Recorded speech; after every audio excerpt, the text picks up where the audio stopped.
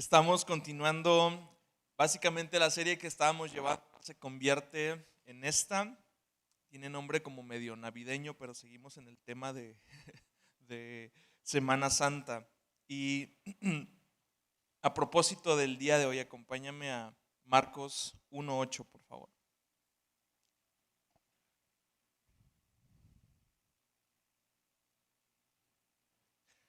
Marcos 1:8 dice: muchos tendieron sus mantos en el camino y otros tendieron ramas que habían cortado de los campos.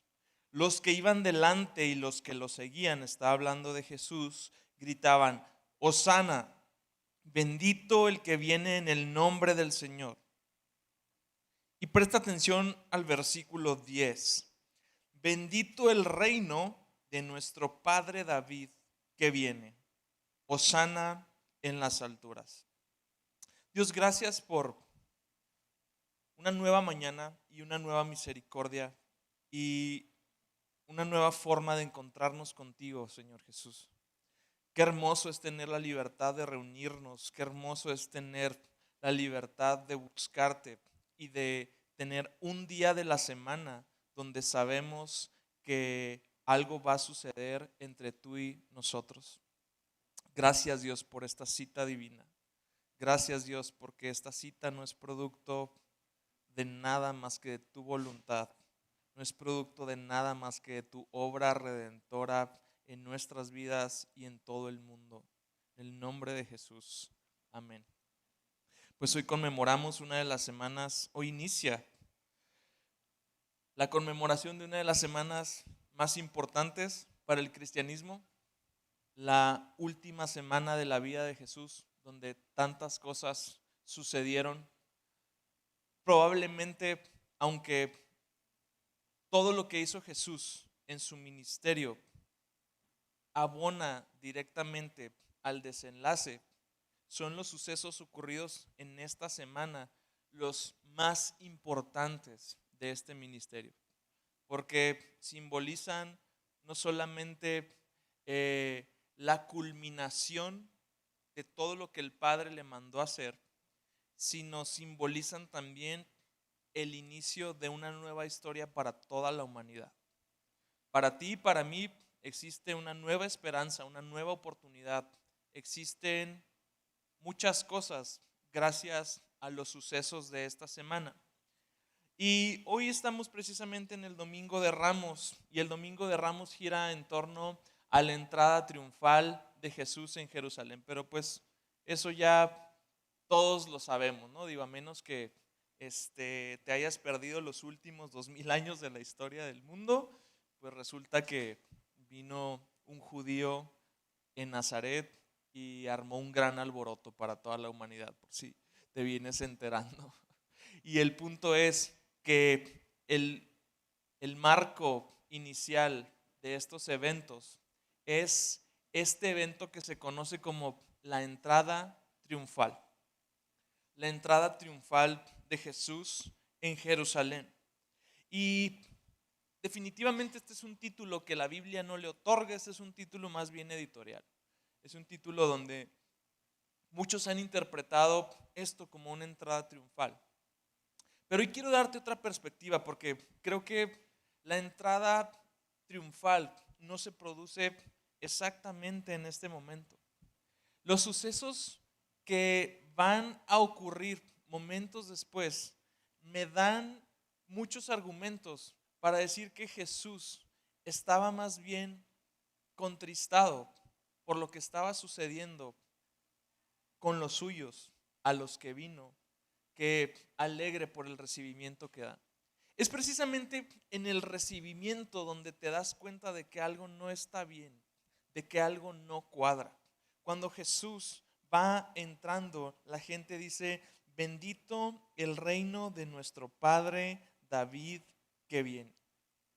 Yo quiero enseñarte precisamente acerca de esta faceta de Jesús. Hablamos anteriormente la semana pasada de cómo Jesús, en su labor de mediador entre Dios y los hombres, representa simultáneamente los tres oficios de mediador que existían desde el Antiguo Testamento. el oficio de profeta, el cual vimos la semana pasada, en el cual Jesús habla las palabras de Dios directamente, se convierte en un portavoz del Padre. La voz última, la revelación última de Dios la tenemos en Jesús. Pero también en esta labor de mediador Jesús ejerce como rey. Así que quiero ver la faceta real de Jesús y no en términos de su autenticidad, sino en términos de su realeza. Porque así como no existe cristianismo sin Cristo, tampoco existe rey sin reino. Y desde el inicio de su predicación, Jesús abordó una y otra vez de forma muy enfática un tema. Y ese tema era el tema del reino de Dios. Entonces, el reino se ha convertido en el mensaje central de la predicación de Jesús. Y el reino no solamente representa un estado futuro, sino representa un estado presente. Primero Juan el Bautista empezó a alertar a las personas acerca de la inminente llegada del reino. Ya viene, y esa era la predicación de Juan el Bautista. Despierten, arrepiéntanse porque el reino ya está aquí. De pronto Juan el Bautista sufre algo, un momento de pérdida, un momento de duelo en el que es apresado por Herodes. Y hasta Juan el Bautista tuvo él mismo sus dudas. Sin embargo, hay una realidad que es indiscutible. El rey había llegado. Y si el rey había llegado, entonces el reino definitivamente había comenzado, porque el rey estaba caminando en medio de su pueblo. Le dijo Jesús en una ocasión a los fariseos que lo acusaban de echar a los demonios en el nombre de Belcebú. Y él decía, pero si yo por el dedo de Dios echo fuera a los demonios, entonces ¿qué? El reino de Dios ha venido a ustedes. Algunas traducciones nos indican que esta expresión es sinónimo de que el reino ya estaba entre nosotros, entre ellos, y sigue estando entre nosotros como una realidad presente. El mensaje del reino no era un accidente en la predicación de Jesús, tampoco era un eslogan de campaña, era el cumplimiento de muchas profecías que venían del Antiguo Testamento. El mensaje del reino tenía una audiencia que esperaba un rey. El tema es que la audiencia esperaba un rey en una forma y con unas condiciones en las cuales Dios no había dispuesto revelárselos todavía.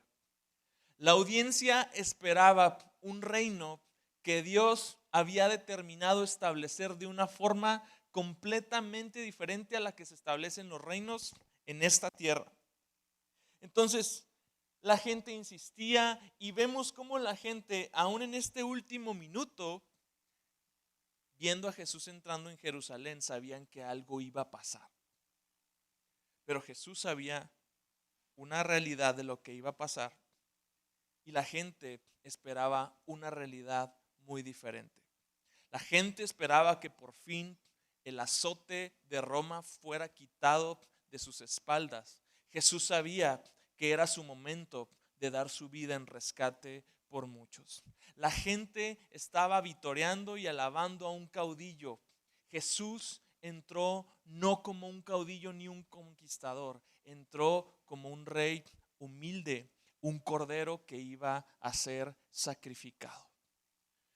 Entonces hay una disonancia muy marcada entre el reino que esperaban las personas que lo alababan, que por cierto después gritaban crucifíquenlo, y el reino que Jesús estaba pensando establecer hacia adelante.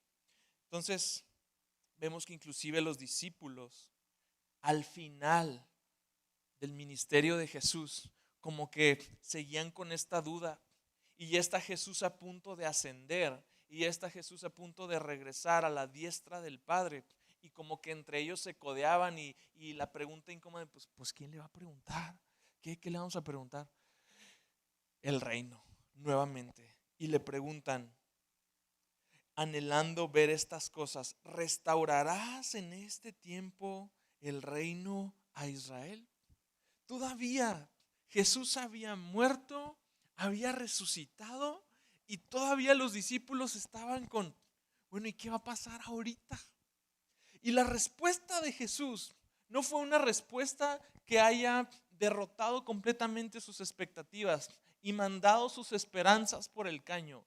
La respuesta directa de Jesús a la pregunta directa sobre el reino tiene que ver con la iglesia y tiene que ver con el Espíritu Santo.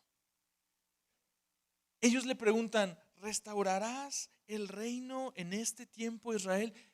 Jesús le dice, no les toca a ustedes saber los tiempos ni las épocas, pero recibirán poder cuando haya venido sobre ustedes el Espíritu Santo y me serán testigos. La respuesta al reino tiene que ver con la iglesia. La respuesta al reino tiene que ver contigo y conmigo en una relación correcta con el Espíritu Santo para el solo efecto de ser testigos de lo que el reino estaba haciendo desde ese momento y sigue haciendo hasta ahora. Juan Calvino lo resumió en una frase muy interesante. Dijo, es responsabilidad de la iglesia visible hacer visible el reino invisible. La respuesta al reino es la iglesia. La respuesta al reino es que tú y yo, conectados correctamente con el Espíritu Santo, empecemos a ser buenos testigos con nuestras vidas, con nuestras obras. La mejor forma de que el reino empiece a extenderse es a través de su iglesia. Una iglesia que entiende que no solamente siguió a un profeta, que no solamente sigue las enseñanzas de un rabino o de un maestro moral. Una iglesia que entiende que tiene un rey triunfante sentado a la diestra del Padre. Wow. Entonces, nuestro rey reina ahora. Para nosotros ubicar el reino de Dios como un acontecimiento futuro nos deja sin muchas expectativas en el presente. Nos deja, ¿sabes cómo? En los días del Antiguo Testamento, donde seguían esperando que llegara este príncipe prometido, este gran reino futuro. Nos deja exactamente igual. Si el reino no se convierte en una realidad actual que está entre nosotros, entonces creo que no tenemos muchas expectativas sobre la vida cristiana en sí. Jesús ha iniciado el reino de Dios. Sí, el reino ha iniciado ahora. Lo único que es futuro es su consumación. Entonces el reino ha empezado, pero no se ha completado. Y Jesús nos ha dejado un montón de pistas para entender el reino. Estas pistas Jesús las enseñaba en forma de parábola. Y Jesús se la pasaba en un montón de parábolas. El tema central de las parábolas de Jesús es el reino. Y Jesús en sus parábolas continuamente está diciendo, el reino es esto o es aquello, el reino se parece a esto o se parece a esto también. Ay, perdón. Algo que nos enseña Jesús en sus parábolas es que el reino comienza siendo algo pequeño. El reino comienza reducido, pero con el tiempo se expande, se agranda y llega a un punto en el cual abarca todas las cosas.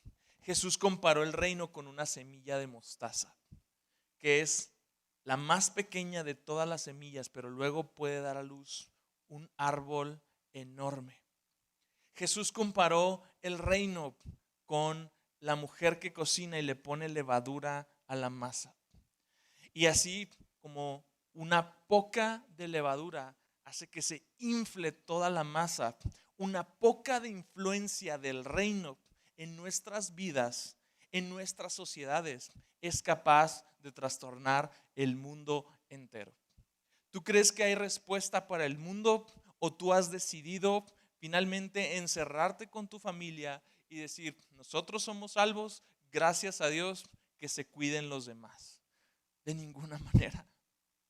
No puede ser así, porque el reino está extendiéndose. La única manera de que este mundo comience a abrir los ojos a la realidad divina, que para ti y a mí es una realidad completamente entendible por medio de la fe, es cuando vean el fruto del reino siendo expandido. Por lo tanto, entonces Jesús deja muy claro, el reino tiene un crecimiento progresivo. Y asimismo nosotros vamos dándole prioridad a este reino en la forma en cómo lo hemos buscado. La prioridad de la vida cristiana según Jesús, según Mateo 6:33, es buscar primeramente el reino de Dios. Primeramente el reino de Dios y su justicia, y todas las demás cosas comienzan a ser añadidas a nuestra vida. No podemos pasar por alto la palabra primeramente, porque Jesús nos está diciendo no solamente cuál es la expectativa de nosotros hacia el reino, nos está diciendo cuál es la forma de que este reino siga expandiéndose como la levadura y de que siga creciendo como este árbol al que da luz, la semilla de mostaza. Es buscarlo primeramente en un sentido de prioridad. El reino no solamente está primero en una lista de muchas ocupaciones, el reino es una prioridad para nosotros.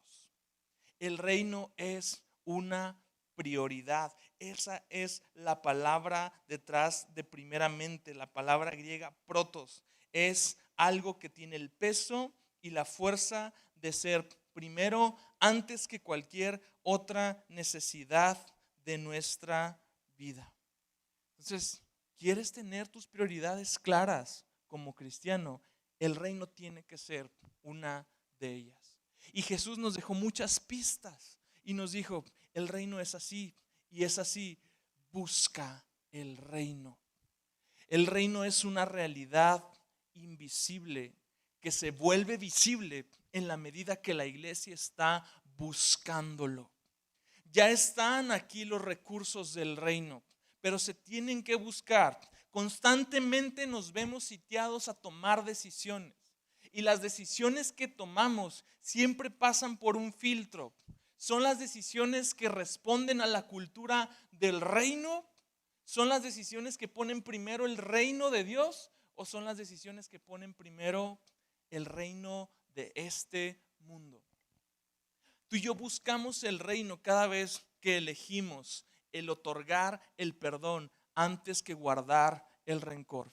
Tú y yo buscamos el reino cada vez que decidimos dar de gracia lo que Dios ya nos ha dado de gracia. Buscamos el reino cuando encontramos que en este mundo no hay completa satisfacción y que hemos sido creados para más. Y vivimos con esa expectativa, sabiendo que las cosas que este mundo produce no son directamente el beneficio para nuestra vida, sino que lo que el Espíritu produce es lo que verdaderamente nos va a llenar, va a cautivar nuestro corazón. Esa es la forma en cómo el reino se empieza a buscar. Son realidades invisibles, pero no inalcanzables. Son realidades que no podemos ver con los ojos humanos, pero sí con los ojos de la fe. Por eso la prioridad es búscalo. Está ahí, pero tienes que darte cuenta cuando tu mentalidad es la mentalidad del reino. Y vamos, seamos bien claros, mentalidad de reino no es mentalidad de jeque árabe, de estar pensando en dinero en todo el tiempo. La mentalidad del reino es el buscar primero las cosas de arriba. Es el hacer tesoros en el cielo. Es el saber que hay un rey que reina ahora, al cual le sirves y el cual te trasladó de un reino de tinieblas a un reino de luz admirable. Y así buscamos el reino. De esa forma empieza a establecerse. Búscalo, búscalo como la perla de gran precio. Jesús dice, había un hombre que tenía un campo y lo vende por una perla. Yo no sé en la antigüedad, pero creo que desde siempre los bienes inmuebles han sido una gran inversión. Los bienes inmuebles suponen una gran fuente de riquezas, una fuente de seguridad, de estabilidad. Desde entonces los bienes inmuebles suponen que este hombre probablemente estaba bendecido, pero este hombre estima poco lo que había cosechado en esta tierra y se va a buscar una perla. Y no va a vender la perla, no le va a sacar más a la perla. No es como que está haciendo la gran inversión, es una perla que atesora. Ese es el reino de Dios. Es algo que a la luz del hombre, a la luz de las personas, es una tontería que tú estés gastando una semana de vacaciones en la iglesia. Es una tontería que tú estés perdiendo el tiempo aquí cuando eres joven, guapo, talentoso y puedes tener un montón de cosas. Es una tontería, pero es una decisión que se adquiere por la fe. Es Dios atrayéndote, diciéndote: hijo, no es el terreno, es la perla. Es una perla pequeña, pero tiene un gran precio. Y como siempre, otra vez el reino empieza pequeño, pero se aprecia su valor sin medida. ¿Sabes qué es lo más hermoso acerca del reino? Que es una realidad para nosotros desde el momento en que el rey está en el trono. Por eso para mí la verdadera entrada triunfal de Jesús se da cuando Él asciende al cielo. Se da justo después de decirles: pero recibirán poder cuando hayan recibido el Espíritu Santo y me serán testigos. Y luego llega al Padre. Y me encanta la palabra ascensión, porque la ascensión no indica que sube. La ascensión es un término real para indicar cuando un rey está a punto de ser coronado. Entonces los discípulos están ahí alrededor de él y no saben que están presenciando. ¿Has visto? Si no, búscalo. Vete a la película del discurso del rey, está muy bonita, muy familiar. Y ve toda la ceremonia que se da en torno a la ascensión de una persona. Todo el gran espectáculo, la gran movilización mediática de dinero, la gran ceremonia que es cada uno de los ritos y de los actos de los discursos, es increíble lo que se da en torno a la ascensión de un rey. Y estos cuates están ahí viendo. Imagínate que a ti y a mí nos invitan el príncipe, bueno, el en turno, Carlos, Harry, o no, Harry fue el mal, es el negrito en el arroz. El otro, el que sí se sometió al rey, que nos invitan y ahí estamos, presenciando la ascensión. Pues yo creo que sí empiezas a ver a la gente por encima del hombro, ¿no? Te gana la carne y dices: pues es que me invitaron, estuve ahí para la ascensión del nuevo rey de Inglaterra, del Reino Unido. Pues los discípulos están ahí contemplando la ascensión del Rey de Reyes, del Señor de Señores. Y como siempre, bueno, es que pobrecitos, no tenían al Espíritu Santo, pero como siempre la están regando. Ellos están viendo el momento en el cual el reino se instala formalmente. Jesús ya era un rey. Jesús nunca dejó de ser rey en esta tierra. Pero ahora el príncipe de paz se va a tomar posesión de su cargo. Y ellos se siguen preguntando: ¿y qué va a pasar con el reino de Israel? Y luego todavía se van y dice Hechos 1 que se quedan viendo hacia arriba. Y que tiene que venir un ángel diciéndole: ¡hey! ¿Qué están viendo? Tiene que venir un ángel a despertarlos y decirle: ¡hey! Así como se fue, así lo van a ver regresar. Y la realidad de la iglesia es que podamos estar contemplando la hermosura del Rey en la majestad de las alturas y seguirnos preguntando: bueno, Dios, ¿pero a qué hora me liberas de mis deudas? ¿Pero a qué hora me cambias al marido? ¿Pero a qué hora va a dejar de lastimarme la maldad de este mundo, el dolor que sí es real, el dolor que está ahí constantemente tocando nuestra puerta. Jesús dice: vas a recibir poder y me vas a ser testigo. Lo único que sabes del reino ahora es que mi espíritu va a venir sobre ti y mi espíritu te va a capacitar para que toleres todo lo que este mundo quiera aventarte hasta que regrese por segunda vez, hasta que finalmente ponga todos mis enemigos bajo el estrado de mis pies. Y el Salmo 110, el salmo más citado en todo el Nuevo Testamento, pone esta realidad en una charola de plata hermosa. Dice el Señor con mayúscula. Cuando vemos al Señor con mayúsculas, es Yahweh, Dios Padre. El Señor le dijo a mi Señor con mayúscula. David está hablando de alguien superior de él. David siendo el rey prometido, David siendo el hombre conforme al corazón de Dios, sabe que hay alguien más grande que él, que está a punto de tomar un trono más grande que el que él tiene. De hecho, es un trono eterno, inconmovible. De hecho, es quien finalmente va a cumplir la profecía que Jacob le dijo a su hijo Judá de que el cetro nunca se apartaría de su casa. Y David dice: el Señor le dijo a mi Señor: siéntate en el lugar de honor a mi derecha hasta que humille a tus enemigos y los ponga por debajo de tus pies. Señores, esta es la verdadera entrada triunfal de nuestro rey. Un rey exaltado, un rey que se humilló, que se despojó, que entregó todo, y que el mismo poder que está disponible para nosotros, que vive dentro de nosotros, lo resucitó de entre los muertos. Ahora ese rey está finalmente en el lugar que le corresponde. Y la expectativa para ti y para mí no es cuándo. La expectativa para ti y para mí es real. Es que ya está Él sentado en el trono. Es que Jesús ya reina, y como Jesús reina, nada se escapa de su soberanía, nada se escapa de su control. Aunque vivimos en un estado intermedio de un reino inaugurado pero no consumado, eso no implica vivir como ajenos a este reino si ya fuimos incluidos en él.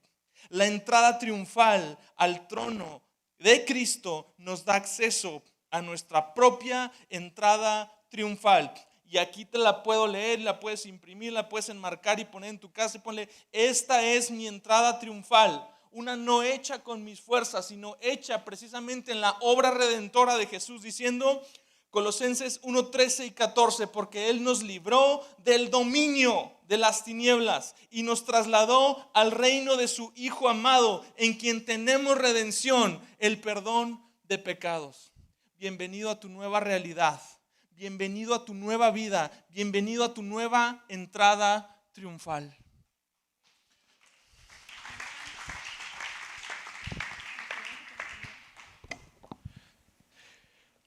Los ciudadanos de este nuevo reino responden a una cultura, un trasfondo y un propósito que está íntimamente relacionado con su rey.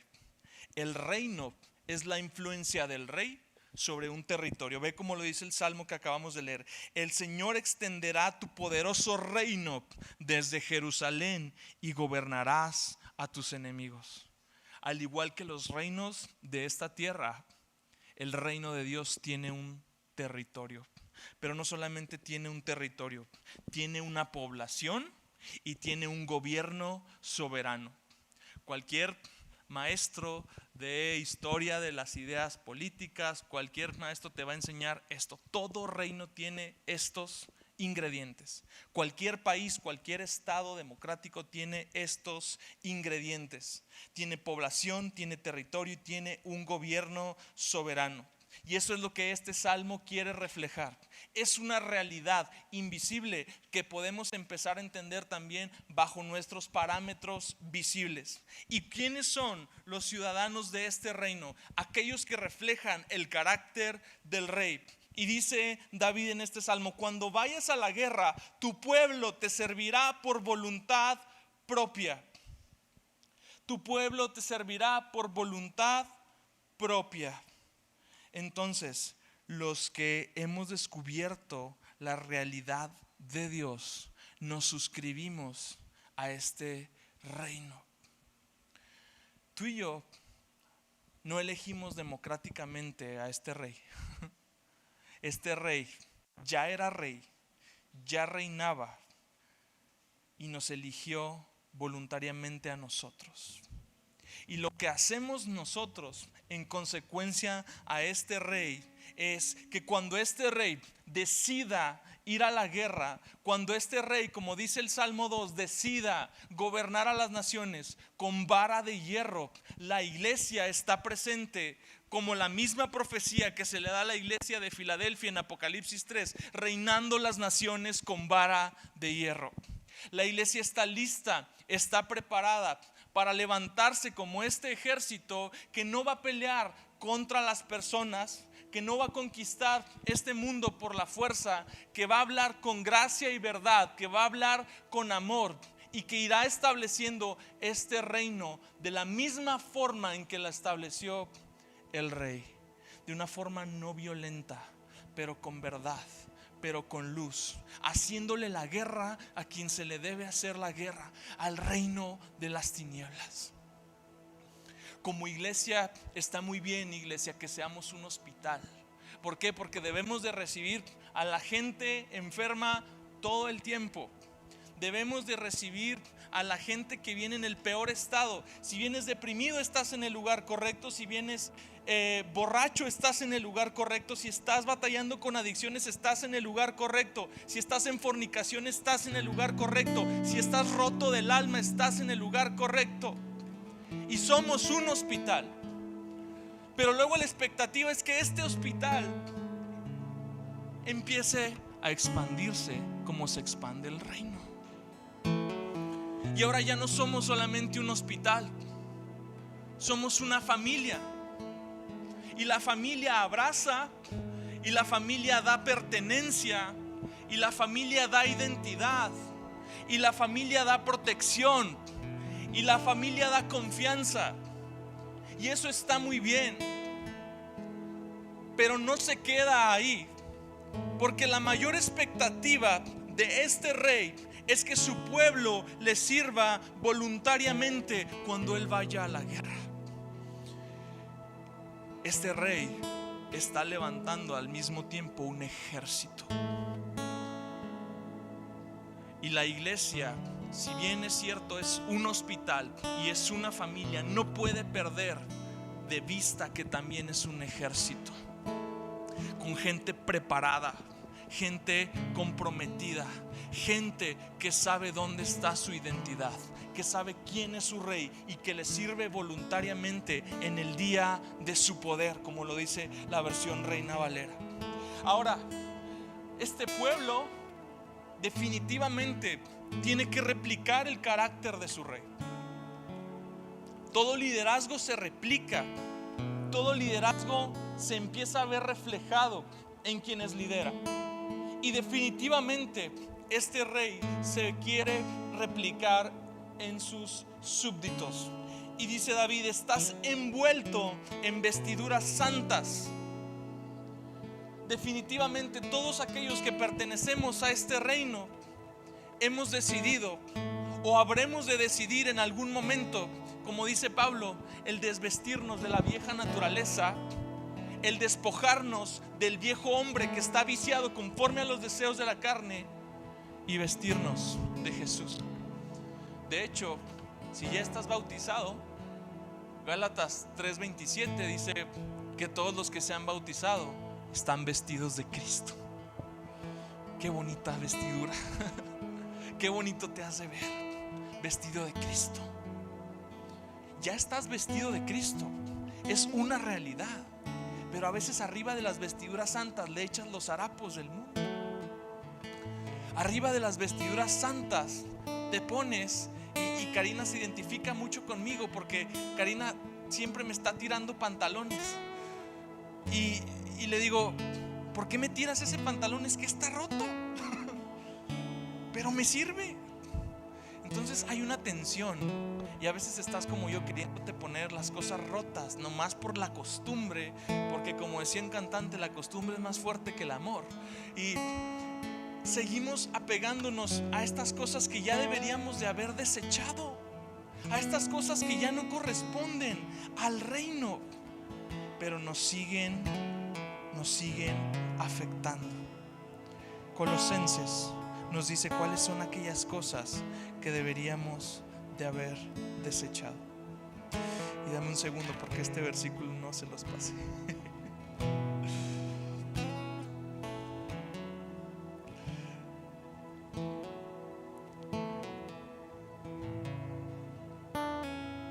Dios, estoy teniendo un lapsus. Beto, ayúdame con ese versículo, por favor.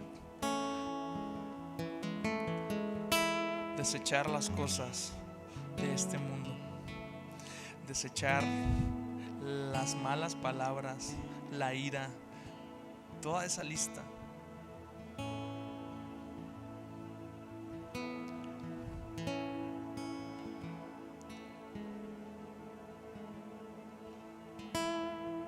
Aquí está. Por lo tanto, consideren los miembros de su cuerpo terrenal como muertos a la fornicación, a la impureza, las pasiones, los malos deseos, la avaricia, que es idolatría. Pues la ira de Dios vendrá sobre los hijos de desobediencia por causa de estas cosas, en las cuales ustedes también anduvieron en otro tiempo cuando vivían en ellas. Pero ahora desechen también todo esto: ira, enojo, malicia, insultos, lenguaje ofensivo de su boca.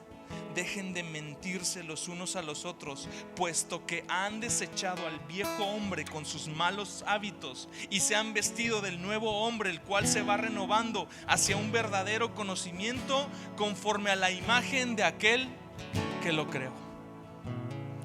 Cuando tú y yo estamos vestidos de vestiduras santas, estamos en una misión de declararle la guerra a estas viejas costumbres.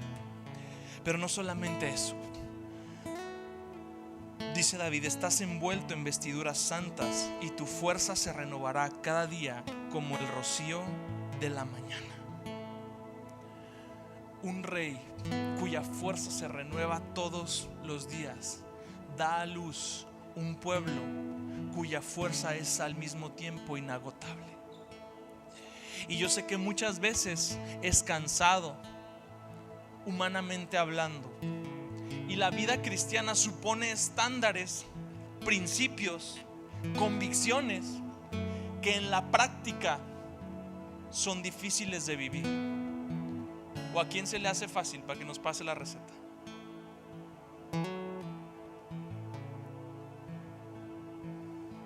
Pero este rey ha dispuesto que sus súbditos renueven sus fuerzas cada día como el rocío de la mañana.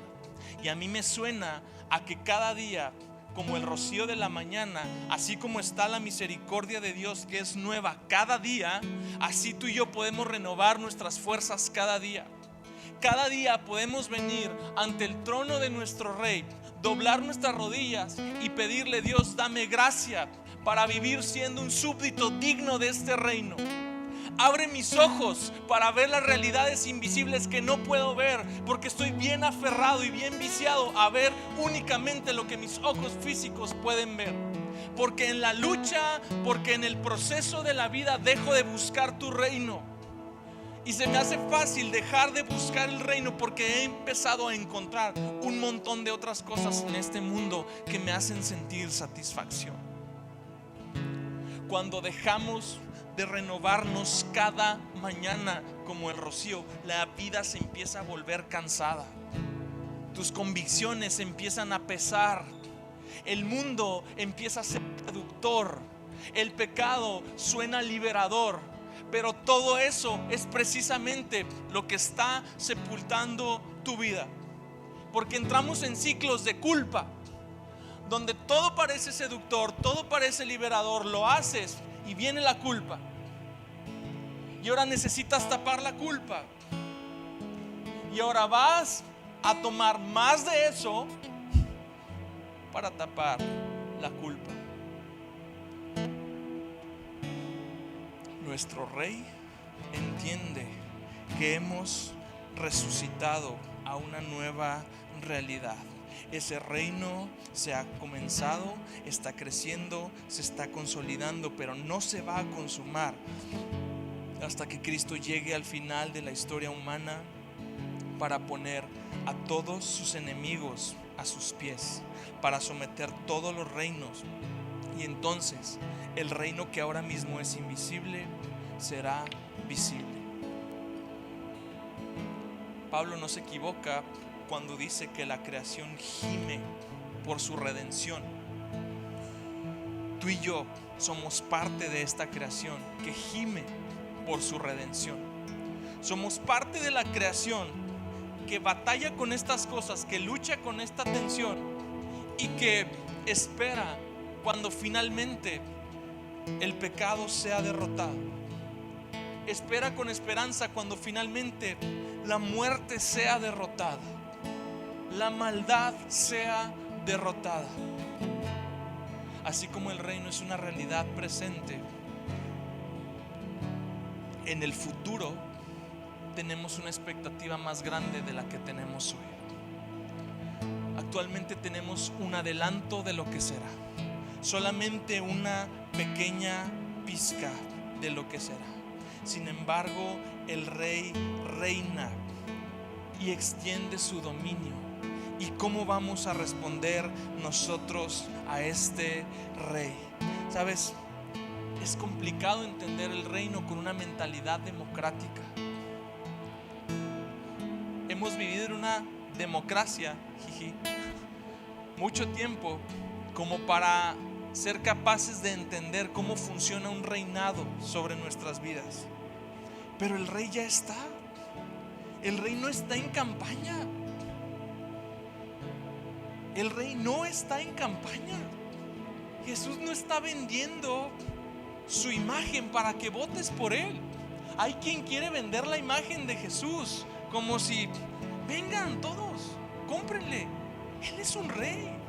Ya está sentado a la diestra de la majestad en las alturas. Su constitución política ya ha sido promulgada. Probablemente la tienes en tus manos ahorita. Y a diferencia de muchos gobernantes, Él no pretende reformar esa constitución. Lo que está escrito es lo que habrá de suceder. Lo que está escrito refleja su voluntad y su carácter. ¿Cuál es la respuesta? Nos da el Salmo 2, 11 al 12. Sirvan al Señor con temor reverente y alégrense con temblor. Sométanse al Hijo de Dios, no sea que se enoje y sean destruidos en plena actividad, porque su ira se enciende en un instante. Pero qué alegría para todos los que se refugian en Él. Su reino no es de este mundo. Cuando Jesús estaba ante Pilato, Pilato como autoridad política lo cuestiona sobre cuestiones políticas y le dice: ¿eres el rey de los judíos? Y Jesús dice: tú lo has dicho. Bueno, ¿eres rey, sí o no? Jesús dice: si mi reino fuera de este mundo, mis siervos ya habían venido y me habrían liberado. Jesús le está diciendo a Pilato lo que ha tratado de decirnos todo el tiempo: no va a suceder aún, no va a suceder con violencia, no va a suceder como tú lo esperas, va a suceder como el Rey eterno lo ha determinado que suceda. Y agrega Colosenses: si han resucitado con Cristo, busquen las cosas de arriba, donde está Cristo sentado a la diestra de Dios. Pongan la mira en las cosas de arriba, no en las de la tierra, porque han muerto y nuestra vida está escondida con Cristo en Dios. Nos espera un muy mal rato en esta vida si habiendo decidido seguir a Cristo, si habiendo decidido poner nuestra mano en el arado, seguimos mirando atrás.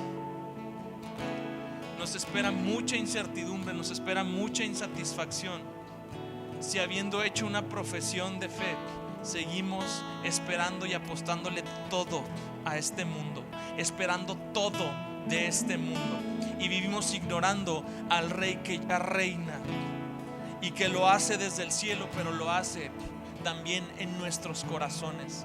El Rey que te conquistó no a base de la fuerza, sino a base del derramamiento de su sangre. El Rey que no tenía necesidad de descender y despojarse de su majestad, pero lo hizo porque te ama. ¿Cómo no podemos corresponder a eso? Yo creo que es fácil, pero aún el Rey lo sabe. El Rey sabe que tú y yo batallamos para corresponder ese amor. Batallamos para entender este reino. Y aún así, el Rey sigue tomándose el tiempo y te ha mandado a su precioso Espíritu para no solamente dar testimonio hacia las demás personas, para que tú seas el propio testimonio, para que Él te dé testimonio de que eres hijo de Dios, para que Él te ayude a orar, para que Él te convenza de pecado, para que Él te fortalezca en tu debilidad. El Rey no nos ha dejado solos.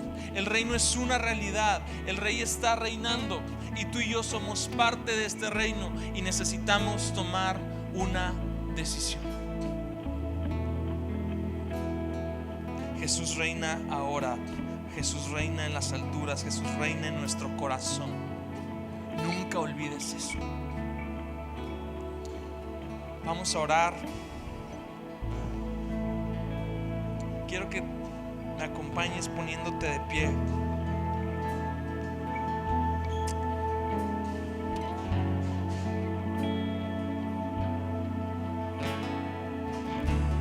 ¿Sabes cuántas veces le hemos apostado algo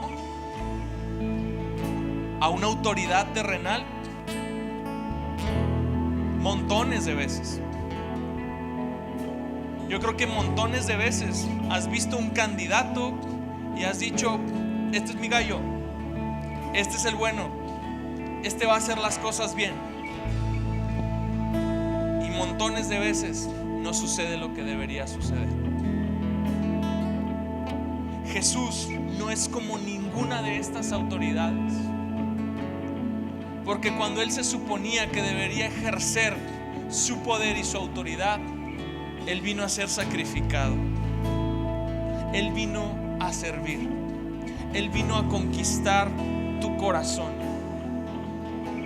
Jesús no se parece a ninguno de los gobernantes y es muy difícil entender la autoridad de Cristo como Rey, porque muchas veces tenemos ya conflictos en nuestro corazón con la autoridad misma, porque la autoridad misma te ha sido sinónimo y ejemplo de injusticia, de abuso, de desigualdad.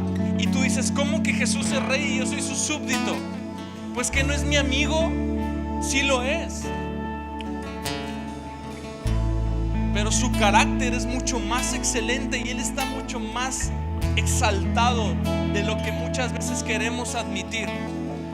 Y en la medida que nosotros no queremos reconocer y batallamos en conceder que Él reina ahora, el reino no puede avanzar. La levadura no ejerce su influencia. No empiezas a descubrir tú mismo los misterios del reino, porque hay una resistencia a decir: Él es mi Rey y lo que Él ha dicho se cumple y lo que Él demanda tiene que ser. Esa es la gran barrera que tiene el reino hasta ahora. Tú y yo, nuestra capacidad de no decir: me someto voluntariamente en el día de su poder. Y es una realidad que tenemos que cambiar por el poder de Dios, por el poder de su Espíritu. Él nos tiene que empezar a llevar a quebrantar nuestro corazón muchas veces para que nos demos cuenta que Él es el que sostiene el cetro y que nosotros nos hemos sometido voluntariamente a Él. Señor, somos tu iglesia y somos esta parte del reino en esta parte de la ciudad. Señor Jesús, queremos reconocer en primer lugar lo difícil que nos es el someternos a tu autoridad. Dios, quiero reconocer que sé perfectamente cuál es tu voluntad en muchas áreas de mi vida y aún sigo resistiéndome a que suceda. Jesús, quiero confesarte que conozco cuáles son los principios del reino, cómo opera este reino, cómo se ve, pero me cuesta trabajo despojarme de mi nueva naturaleza. Dios, perdón porque tú me has vestido de santidad, tú me has vestido de ti mismo, me has vestido de una nueva naturaleza, Rey. Y a veces sigo utilizando los harapos de este mundo. Dios, hoy me quiero despojar una vez más de eso. Quiero abrazar el reino que ya está operando. Quiero abrazar la identidad que ya has implantado en mí y empezar a vivir en consecuencia una vida en abundancia.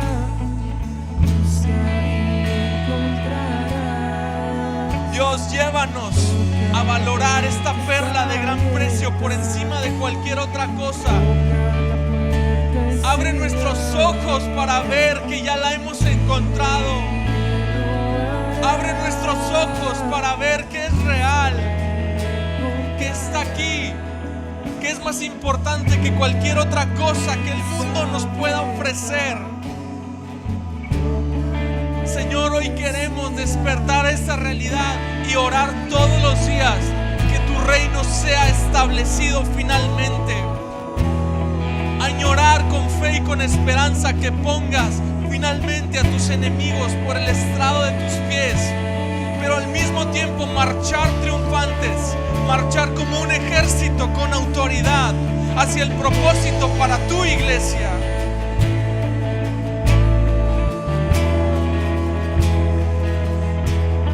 Dios, quita de nosotros esta mentalidad de democracia, esta mentalidad donde nosotros podemos votar y opinar acerca de lo que tú debes de hacer.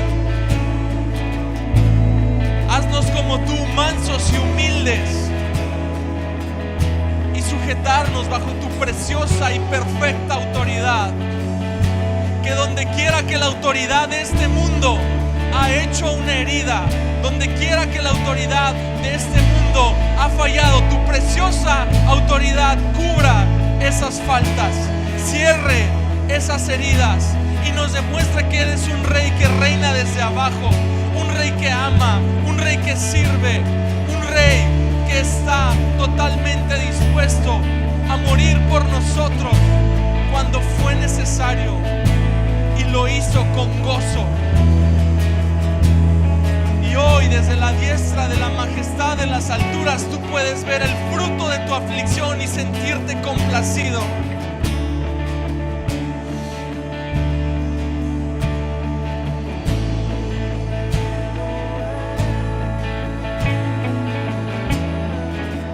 Señor Jesús, haz visible tu reino en este lugar. Haz visible tu reino en este lugar.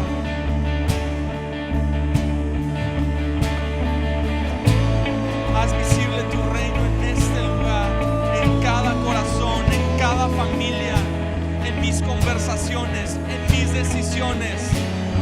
Que esta levadura no se pueda detener, que esta influencia no pueda ser estorbada por nada de este mundo.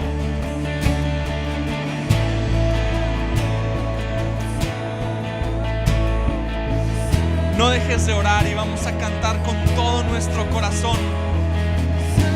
Que esta canción sea una realidad en toda nuestra existencia.